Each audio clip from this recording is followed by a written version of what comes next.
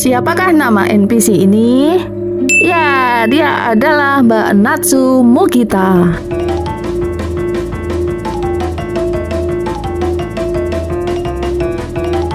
Seperti yang kita ketahui, Mbak Natsu Mukita ini adalah NPC di game Sakura yang selalu berjalan di perempatan dari pagi sampai malam. Kira-kira kenapa ya Mbak Natsu selalu berjalan sepanjang hari?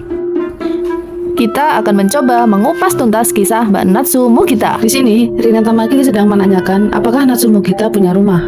Tapi anehnya, Mbak Natsu malah menjawab, "Saya sedang menunggu suami." What? Apakah selama ini dia berjalan di perempatan itu untuk menunggu suaminya datang? Lebih anehnya lagi, pada saat sore hari, tiba-tiba saja Mbak Natsu berlari entah mau kemana. Dan Rina Tamaki tidak tinggal diam. Dia mengikuti langkah Mbak Natsu kemanapun Mbak Natsu pergi. Dia terus berusaha mengikuti jejaknya, sampai tiba di sebuah hutan dekat dengan rumah kayu yang ada pantainya. Tiba-tiba Mbak Natsu berada di atap jalanan ini, dan dia melakukan pergerakan yang sangat aneh. Di sini, jujur saya ikut merinding. Saat Rina Tamaki mendekat, tiba-tiba Mbak Natsu bilang sesuatu yang bikin merinding. Dia berkata, "Saya melakukan ritual untuk memanggil suami." Apa yang terjadi? Kenapa saya ikut merinding? Apakah kalian juga ikut merinding? Coba komen apa yang kalian rasakan. Belum berhenti sampai di situ, Mbak Natsu dengan lantangnya mengatakan suaminya ada di laut. Apakah benar suaminya ada di laut?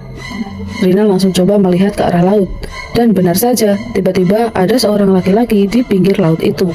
Tidak lama kemudian, dia tiba-tiba sudah berada di dekatnya Mbak Natsu. Obrolan mereka semakin aneh dan menyeramkan. Suami Mbak Natsu ini bukannya orang yang ada di kantor pajak ya?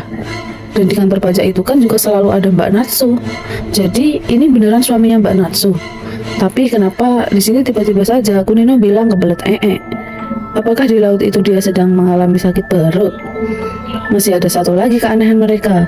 Natsu bilang kita akan segera mendirikan pabrik.